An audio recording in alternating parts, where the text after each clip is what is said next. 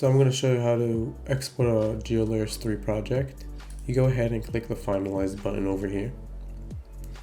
And then you go ahead to the export, add to render queue.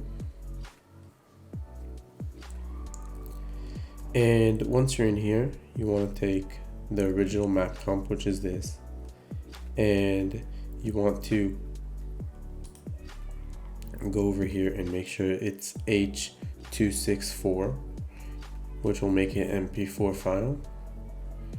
After you set it up, the export settings to the way that you want, you go ahead and find the file in the place where you want to put the MP4 file in.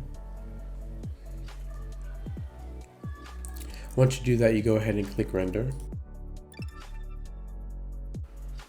And as you can see, the file's right here.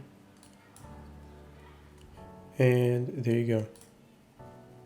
If you want some more tutorials on GeoLayers 3 within Adobe After Effects, or you want to download the GeoLayers 3 or even the free trial that it offers, go ahead and click these videos.